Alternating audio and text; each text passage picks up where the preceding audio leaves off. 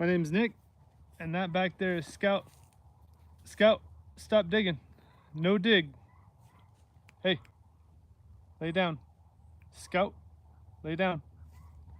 He doesn't want to. He wants to make a nice bed. There we go. There's Scout. Best farm dog a guy could ask for. It's a great trail running partner and a really good friend. We got him right before 2020, and can't tell you how great it was to have a companion through all the COVID craziness. But I'm out here shepherding. Nobody's on yet. Of course, I didn't let anybody know I was going to go live. But I got a Christmas card from my buddy Chuck, and it reminded me that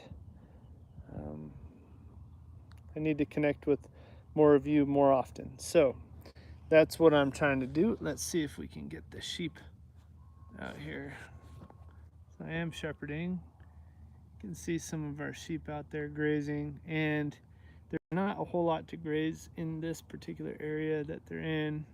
It's just kind of stockpiled dead summer grass. So you can see some of them over here too.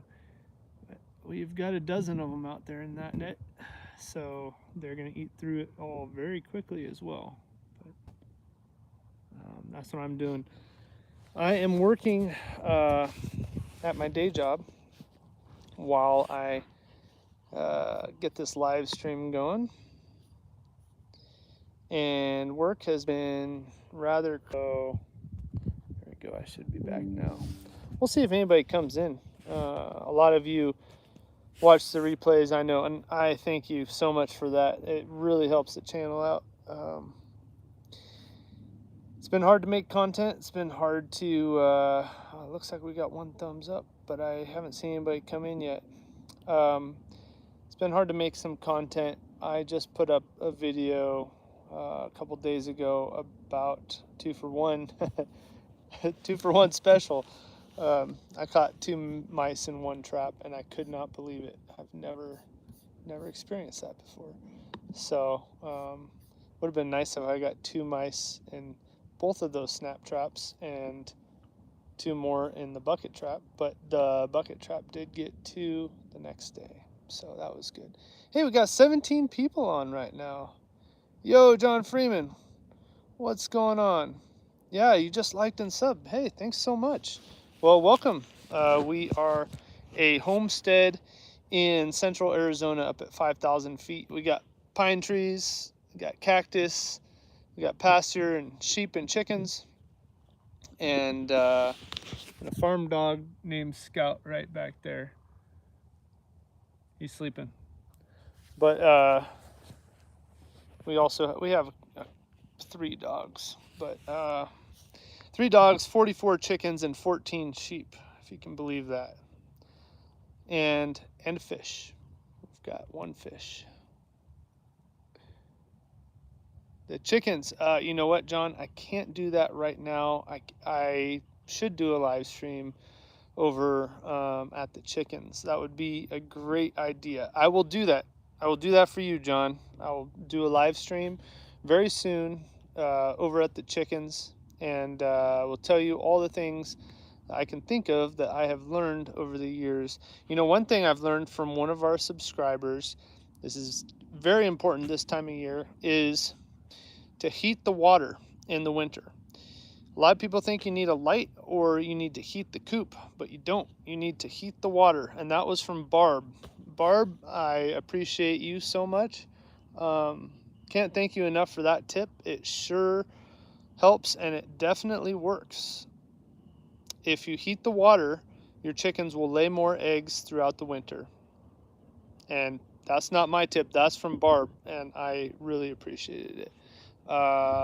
Give us a comment down below, everybody. Let us know where you're watching from, and if you have any animals, if they're dogs or cats or geckos or snakes, tarantulas, or chickens or ducks, guinea pigs, Love to know all about what animals people have. And my dad was a veterinarian, so that's probably where I got my love for animals.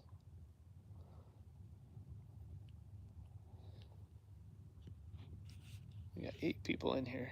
Only 3 thumbs ups. Tap that screen. Double tap it.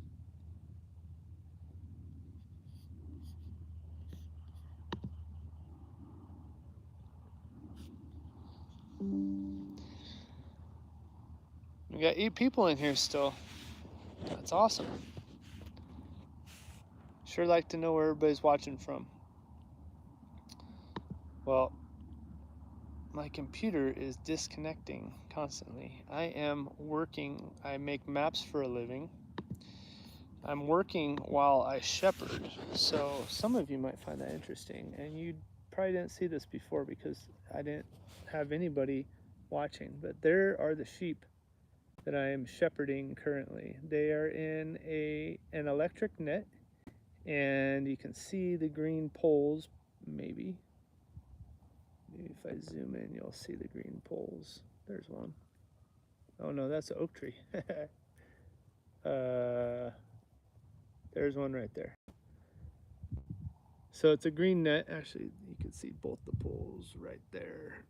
They're tied together with some baling twine, and they have a clip on them. You can see that clip coming from the left to the right and attached to the top of it. That keeps our sheep in the fence, and the idea is that we have them eat down the pasture. Let's see if I can find a better shot of some sheep. That's not the most beautiful view of the sheep. There's one with its head chewing. But these sheep are primarily Dorper sheep. They're a breed that developed in South Africa. And the idea of keeping them in this net is that they will eat down everything inside the net if we leave them there long enough. Now, we could leave them there too long and they could start ripping out grass out of the ground. That's happened before. So we don't want them to do that, or to eat down the grass to the point where it has a hard time coming back. We want them to eat it down just so that it's short, and to eat everything down. So all the weeds, not just their favorite plants. It'd be like if connection doesn't seem like it is the best today. I'm not sure why. I am right by the Wi-Fi. So we'll see if I can keep doing this. We did have our internet go down for an hour today. I hope it's not doing that again. I don't think so. I think it's actually my work that's the problem and not the internet. Well, maybe we'll get some more people in here soon. That'd be fun. Thank you for all of you who are watching this replay. Appreciate that. Looks like we got one person in right now. Welcome in. If you're subscribed, thank you for being a subscriber. If not, let us know where you're watching from. It looks like we got 3 people in now, so we're getting some more people in. Well, I am out here shepherding while I make maps for my day job. And my name is Nick. I've got a homestead with chickens and sheep, 44 chickens, 14 sheep, 3 dogs, and a fish. So let us know where you're watching from. Anybody watching from Arizona, where we are?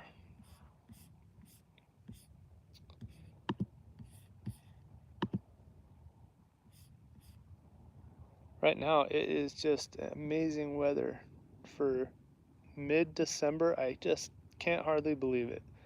It is about 65 degrees, sunny, probably a 2-mile-an-hour breeze,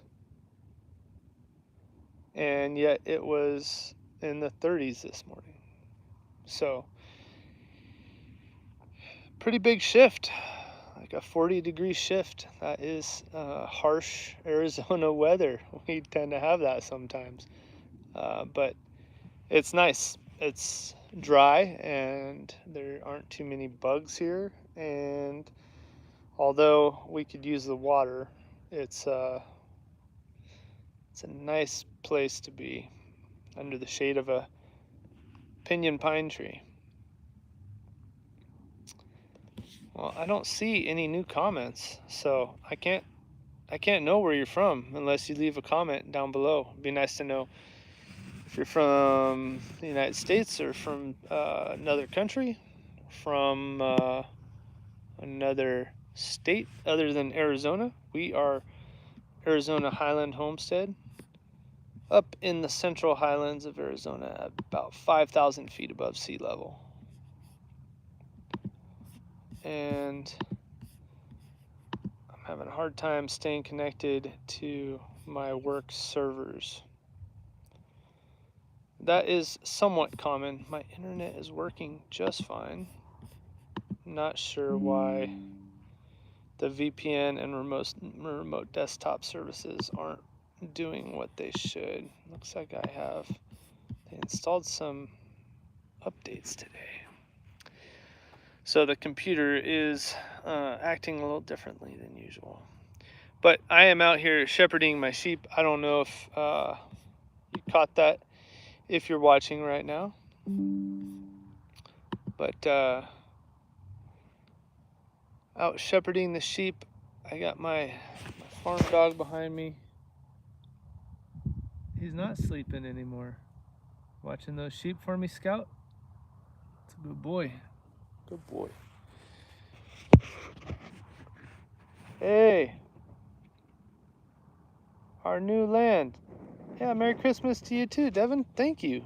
Thank you so much. Thanks for jumping in here. What's going on your new land? Would love to know what you're up to.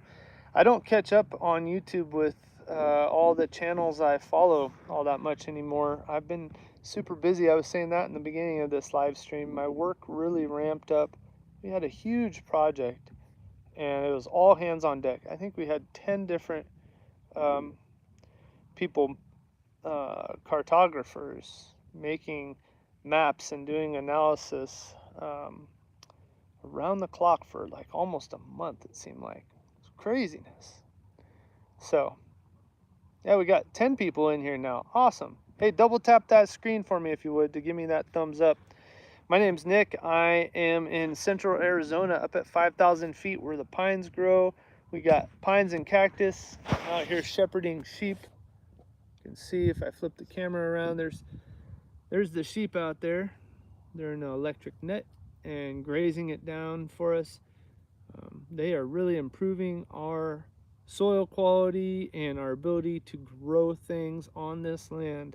We got a huge garden out front, but out back here is where we are grazing the sheep. So we got 23 people in right now. That is awesome.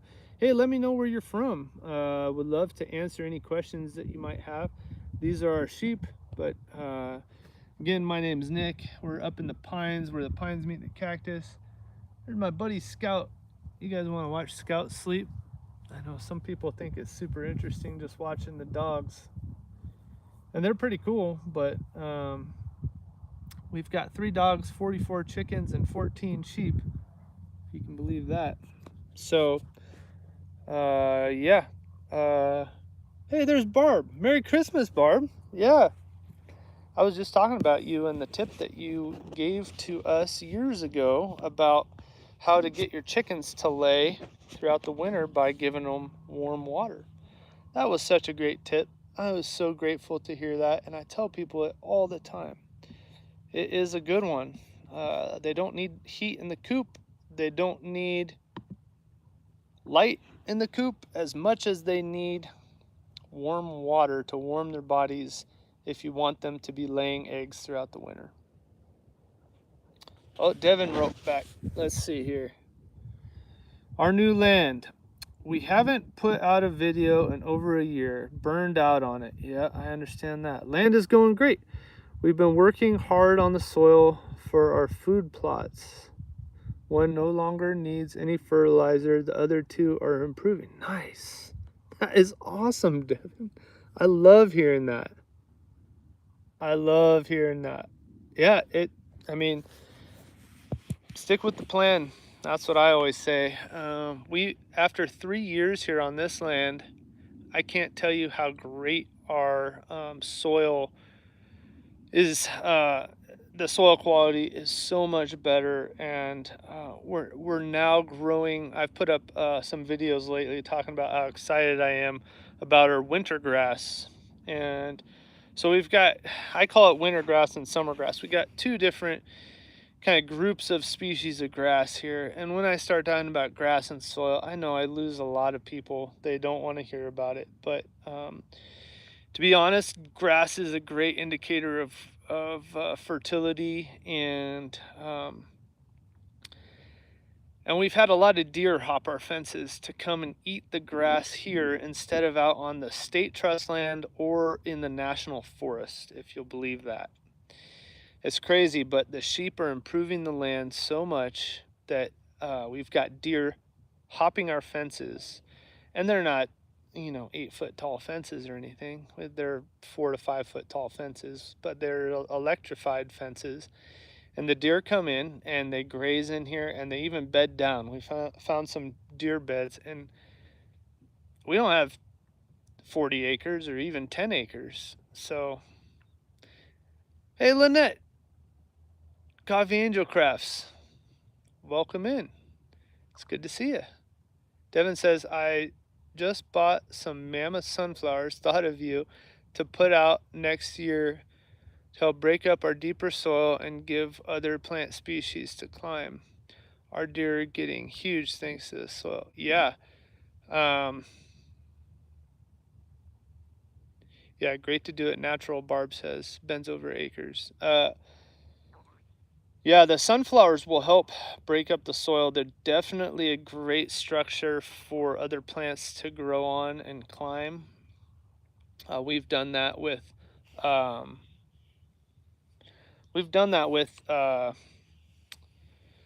beans. We've done the Three Sisters with corn, but we've also done the Three Sisters with corn, beans, and squash. Anybody done the Three Sisters before? Have you been successful with it? I'll tell you if I've been successful with it if anybody else comments about it. But growing beans, corn, and squash all together is the Three Sisters. And there goes Scout. One of our other dogs was barking, so he's got to go see what that's about. But yeah, the sunflowers are fantastic. There are some downsides to sunflowers. Sometimes their roots don't go as deep as I would have thought. There are some deeper rooted plants you could grow, but I don't know if they'll grow as tall and have as sturdy of a structure as a sunflower. So we grow a lot of sunflowers, and our sheep eat them, our chickens eat them. They compost well. They actually add some kind of fibrous material. This might sound weird, but where we are here, there is a lot of granitic soil, so it's very rocky and sandy. Not a whole lot of silt, not a whole lot of clay. There are some spots with some clay, but not a whole lot of silt and clay. So silt, clay, and sand are kind of the three big ones that make up a good loam soil. But adding any kind of fibrous material, carbon material underneath these trees is tremendous soil from all of the leaf litter or pine needle litter, and just the dead branches that fall over time. And that carbon material will really help the soil hold on to moisture. I mean, if you think about it, think about any kind of, I don't know, think about a bunch of shredded paper, all right, or paper towel. They absorb water really well and they hold on to it for a little while. And the more thick you make it, the more it'll hold on to water. So that's one of the things we're doing here. And any kind of plant that we can grow, like a sunflower, that leaves some carbon around, some woody material like that, just really helps our land. We'll sometimes just throw them through the mulcher to break it down. Might even use it on a pathway, something like that. But yeah, let's see. Lynette says, we had a deer that birthed in our backyard. I live in the middle of town. Wow, that must have been exciting.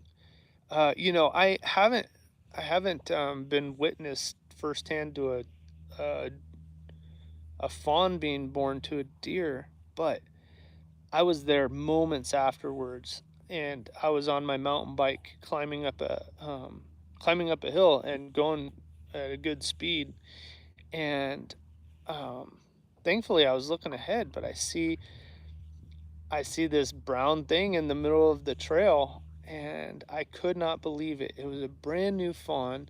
It had been licked dry, almost dry. It was a little bit wet, but had all the spots and everything, and its ears were still like flopped down, and it was just left in the middle of the trail. And I thought, oh, Mama must be right here somewhere. So I took a quick photo and I hightailed it out of there, pun intended, so that Mama could come back to her fawn and get her out of there. And man, that spot, I have never seen anywhere in my life that has had more bear scat. It's a spot not too far from here actually, but lots of mountain lions, lots of black bear. But yeah, Lynette, that's exciting. That's super cool to hear. It'll be lambing season here, come end of March, beginning of April, and I was gonna say I can't wait, but it is nerve-wracking sometimes. Last year we had to call the vet. Oh man, it was so brutal. Our first lambing season, I had to put down one of the moms because her baby couldn't come out of the pelvis. It was too big. The shoulders just wouldn't come out. It was really sad, but we learned some things. We've learned a lot of things over these years. But last year, or this past spring of 2025, we had a bunch of lambs born. Praise God for that. But these first two, this one mom, she always has twins, which is great. We love having twins. That's one of the best things about having sheep, is that you can increase the size of your flock like twice as fast as cattle. Cattle herds, they only have one per cow, but we can often have twins. We only had one set of twins this last year, which was a bummer. But that was the set that we had to have the vet come for, and man, they were intertwined. There's the first one had its let's see, the first one had its legs upward, and the second one had its legs downward. And the second one's head, we were trying to get it, and it just kept pulling its brother. His brother was sorry, my right hand here, which is on your left, I'm sure, was the first lamb that was inside the mom, and the second one was face down like this. Well, we were able to get these 2 feet and pull them through, but it kept hitting the pelvic wall, and we couldn't figure out what was going on. And we were trying to find the snout, and found the snout, and we're trying to pull them out, but we're feeling these other feet sticking up. And anyway, the vet had to come in. She had small hands, so that worked out well. But she broke the jaw of the first one, and she just flopped him on the ground because she had poked his eye with her finger while she was inside the womb, and she got no response, knew he wasn't blinking or anything, and so she said, oh, this one's dead. And we could feel his tongue was hanging out, and we couldn't feel if he's breathing or anything. But anyway, she pulls him out, flops him on the ground, and he gasps and takes a huge breath of air. And my wife rubs him with the towel and gets him all, and his jaw is obviously broken, like I think it was fracture. So inside the mouth, the bone was actually sticking. Sorry for the graphic nature. I didn't give you guys any warning, but his jaw was broken on one side, and so we're going, oh no, what are we gonna do? Well, we milked the mother, got some colostrum, and gave that colostrum to him. And then we had powdered colostrum and powdered baby sheep milk, and we fed that to him with syringes for I think like a week. And then he took a bottle, and he did okay with the bottle. We tried to get him back on the mom, but she rejected him. She smelled that fake milk on him and rejected him. So that was a bummer. We ended up bottle feeding him until we weaned him off of milk, and he still wanted milk like every time we came up to the barn or corral. Super funny, but he attached to us, so we weren't gonna butcher him. We weren't all that attached to him. We kind of told ourselves don't get attached, but we didn't butcher him. We sent him off to a business. They do pony rides for kids throughout all of Arizona, and it was super cool. They have 2 sheep currently that are part of their program, and they do a living nativity at this time of year, and do a pony ride for the kids at the living nativity for different churches in Arizona. But their 2 sheep are getting real old, and sheep can't be alone by themselves, so they wanted this broken jaw sheep. He never really grew all that much either, which is another reason why we wouldn't butcher him, and we don't want to sell him to somebody who's just going to butcher him, because it wouldn't have been worth their money, wouldn't have been worth our time. So we got him a good home, and they've paid a pretty fair price for him too, which was good. So anyway, let me catch up on the comments here. Sorry about this. I was deep into a story. All right. So, Devin and Barbara saying hi to each other. Taltha Talks. Taltha Talks, if you're still on. What purpose for this live? It's really for me to catch up with a lot of people that I've been missing for a long time. We got a pretty strong homestead community, but this is Arizona Highland Homestead channel, where we share our successes and failures at homesteading and what we've learned. So right now I'm talking about lambing season. Let's see. The light 4452. Yo, I just pulled up to the desert. Any suggestions for the first week? I have a little shack I've been working on. Oh, nice. So the light 4452. For the desert, you got to tell me kind of what part of the desert you're in. We are in the high desert. So it snows here. We get freezing temperatures. We got pine trees. We got cactus. Lots of things that can poke you. And today was over a 40-degree shift between 6 a.m. and 2 p.m. Just crazy. So let me know where your little shack is. That's super exciting. I'm part of the Arizona Homesteaders Facebook group, and I've been seeing a lot of posts on people building sheds or getting a pre-made shed and insulating it, all different types of heat and venting and all kinds of things that they've been talking about on there. So it's super interesting. Very interested to hear whereabouts in the desert your little shack's located. Backlash Fisherman. Yep, the ZA Lowland Nomestead. Thanks for joining, Matt. Missed you, my friend. Camel rides for the nativity. Yeah, they should get some camels instead of those ponies. Yeah, I agree, Lynette. Yeah. That'd be cool. There was a camel dairy by us when we lived in San Diego years ago.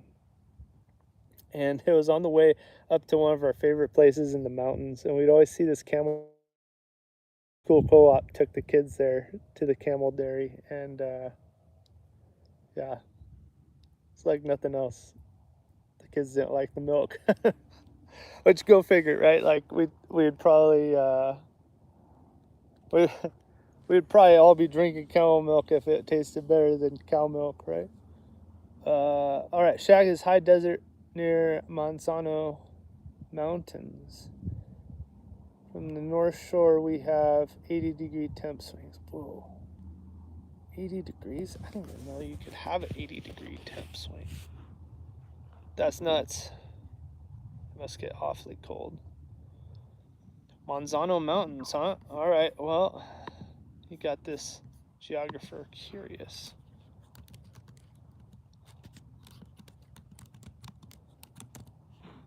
All right, you're in New Mexico, huh?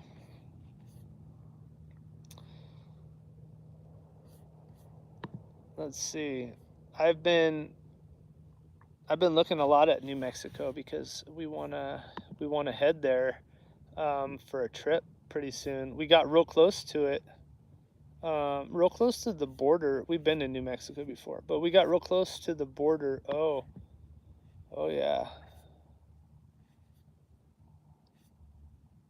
yeah. You're in a nice spot for sure. Um,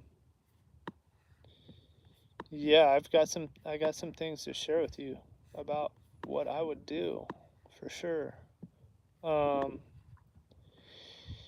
yeah, so we were farther west from you for sure. Um, but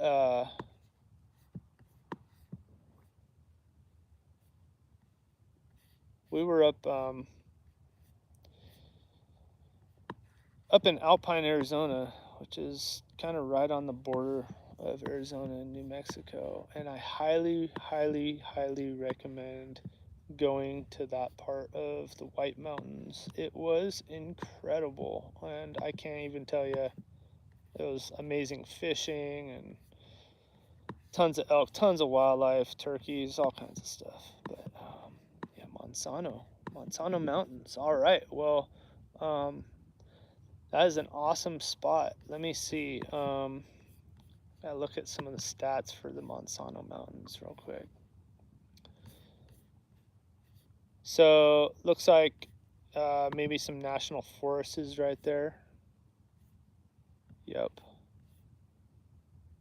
Manzano Mountain Wilderness. Awesome. Yeah, and then looks like you got some peaks that are pretty tall around there too. That's cool. So no wonder you got those temperature swings. You're up in the mountains quite a bit. Um, so yeah, although it's the desert, right? Um, you're up in a mountain range, and let's see, what are the stats? Oh, Manzano peaks over 10,000 feet. Yeah, that's wild. Yeah, you're in an amazing spot. So insulation obviously is a big thing for you. The light 4452. Um, Rio Grande side. Okay, let me take a look. Let me take a close look here. Um, obviously insulating that shack. So there's. I'll just kind of. I'll kind of start with the obvious stuff, which you probably already know, but um, insulation is just gold in these places that have large temperature swings. So you want to. Our house, we had a 26-degree night the other. Um, by 6 a.m. it was 26 degrees, and I actually had our furnace off because I was changing the furnace filters, and I forgot to turn it back on. My wife gets up and says, "Isn't it kind of cold in here?" And I go, "Yeah, a little bit, but not much." And sure enough, I looked and yeah, I forgot to turn the furnace back on, and so we had no heat all night. And it only got down to 61 degrees in our house. And our house is old house, right? It's not a brand new house. It was built in 1970. So not as old as a lot of people's homes, especially in our town. There's some houses from 1850s. But I digress.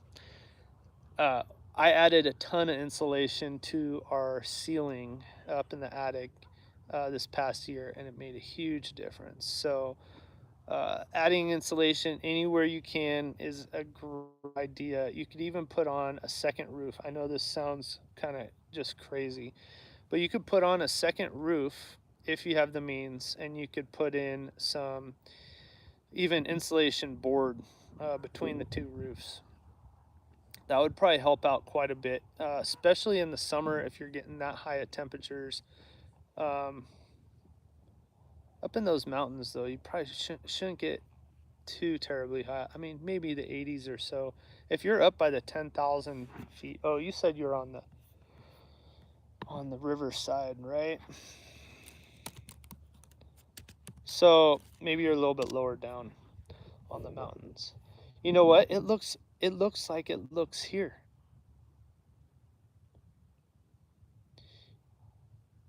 Yeah, a light 4452. So, um, yeah, you're on the Rio Grande side. Man, I'm gonna go and visit you. I was gonna go and take our canoe over to the Rio Grande sometime. That looks so fun to me. Can you do kayaking and canoeing in the Rio where you are? Is it running enough? You're on the Rio Grande side, huh? Yeah, we're thinking about going over to Albuquerque and then taking some day trips.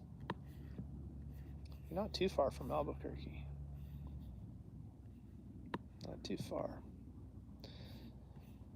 Okay, so I see the Rio Grande down there, and it's more in the bottom of the valley, right? So it just depends on how high up those mountains you are. But if you're getting those shifts, yeah, I would get as much insulation as you can. Not exactly sure where the access points are, but it's flowing nice. Okay, cool. Well, yeah, I want to get out there. Maybe I'll get out there in the spring when the flows are a little bit higher. Um, but yeah, the Monsanto Mountains. That looks like an awesome spot. It looks a lot like here. Like we've got a 7,000-foot peak. And as the crow flies, it's probably only a mile or two away from us, but we're at 5,000 here. And so the weather can change very quickly. It's sure nice today. Sure nice today, man. 65 and sunny, the middle of December. So great. Anyway, yeah, one of the things that Barb Benz Over Acres has told us is that the chickens, if you have chickens or you get chickens, heating their water, just having a very simple water heater. You can get them from the feed store in a galvanized. I guess you could use. They have some heated buckets and stuff like that. But the heated water for the chickens will help them lay throughout the year. Um, the other thing is the animals. So we've got 14 sheep, 44 chickens. The sheep and the chickens, hot wire is a must where you live. Um, the light 4452. Brought my chickens from the snowy north. They're loving the temps. Awesome. Yeah. Um, you're about 5,000 feet above sea level too. Okay, cool. Well, so yeah, ask me questions anytime. You can even email me. Highlandhomesteading@gmail.com is our email address. Highlandhomesteading@gmail.com. And I can answer any kind of questions you might have about this environment. It sounds like you're in the exact same situation that we are. So it's hard because we live in the Southwest and it is dry. So water is going to be your scarcest commodity here. Other wind breaks. Okay. Yeah. So the wind here is insane in the spring. It is just crazy, crazy high winds. So you're going to want to position all of your infrastructure accordingly. And for us, it comes out of the Southwest, and it's like clockwork. It does blow from other directions sometimes, but you'll want to angle any kind of chicken coop, whatever you can. I had a pitched roof, and it was pitched to the southwest, so that was the side that instead of having My roof had a little bit of an overhang on our chicken coop, the first one we had, and instead of having the wind come this way and lift the roof off, it came from the other direction, so it didn't have so much roof to grab. So there's things like that that you can do, but yeah, planting. Arizona cypress are a good hedgerow species, but there's lots of different things that you can do. You can naturally position things in a way. You can also grow, like Devin, our new land was talking about. Um, you can plant sunflowers, and I know that that doesn't seem like a good hedgerow, but you can plant a couple rows of them. And for us, it's a little bit of a tricky thing because if we have them too close, like to our garden, for instance, the sunflowers will block the plants in the early spring from the sun. So it's kind of a delicate balance, but we have planted sunflowers along the south and west side of our garden to try to do a protective row. Now on the west side, by the time the sunflowers get real tall in the summer, they are blocking our garden from the sun in the late afternoon, which is when it is smoking hot here. I mean, we're getting 100+ degree days, and I'm talking about like June, maybe late June, early July before the monsoons hit. I assume you get monsoons there, the light 4452. Monsoons are something to plan for as well, both in terms of drainage and in terms of irrigating. You won't need to irrigate if you get good monsoons for July and August in the southwest here. But uh, yeah, the wind is definitely a thing. If you're getting wind right now, it might be a little bit different than where we are. Ours is primarily in the spring. We'll get some right now, but mostly in the spring. I'm talking like 40-mile-an-hour wind gusts sometimes. So that is something to be aware of. Do not. I killed three umbrellas because it'd be nice like this, be like the shoulder season that was warming up, and I couldn't wait to be warm in the sun. And then I get too hot. I put the umbrella up at my little patio table, and I killed three umbrellas 3 years in a row because the wind would just kick up all of a sudden. Boom, that umbrella's dead. So there's a lot of things like that that you got to be aware of. Um, we've had stuff that hasn't been tied down. It's just gone. We can't find it at all. It's nowhere to be found. Pieces of plywood even.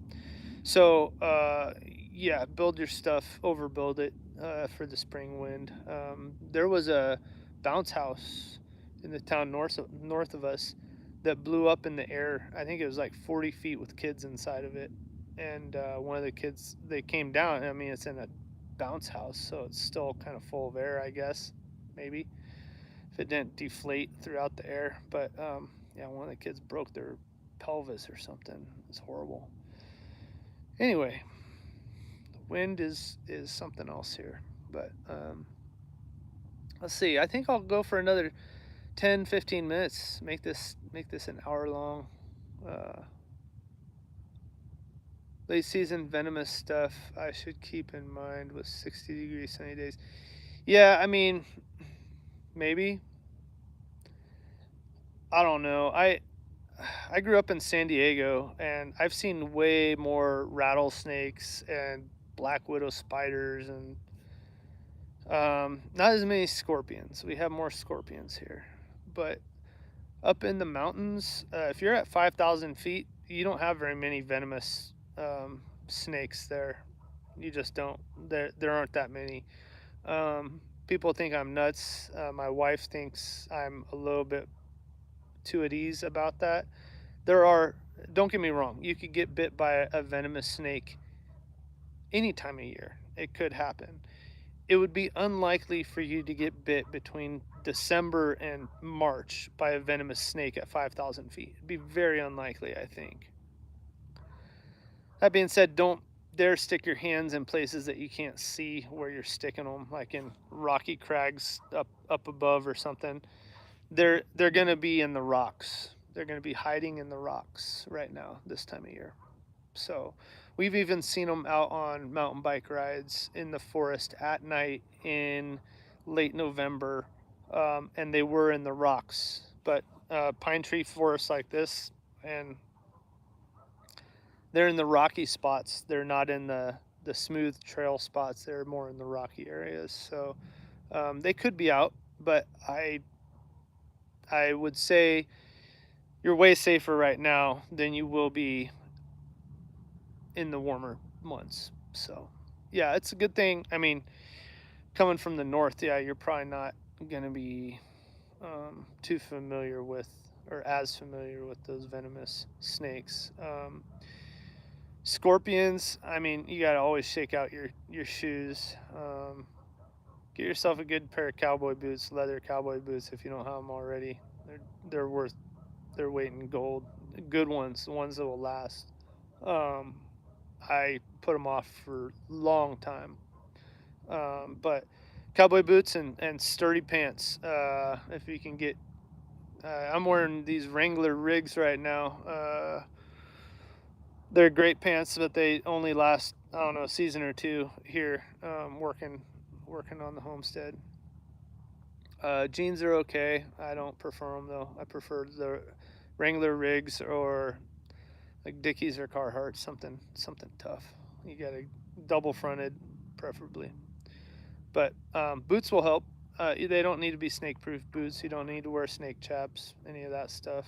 I did a bunch of field work in California and here in Arizona, and you'll be all right. Just keep your head about you. Don't forget that they could be anywhere.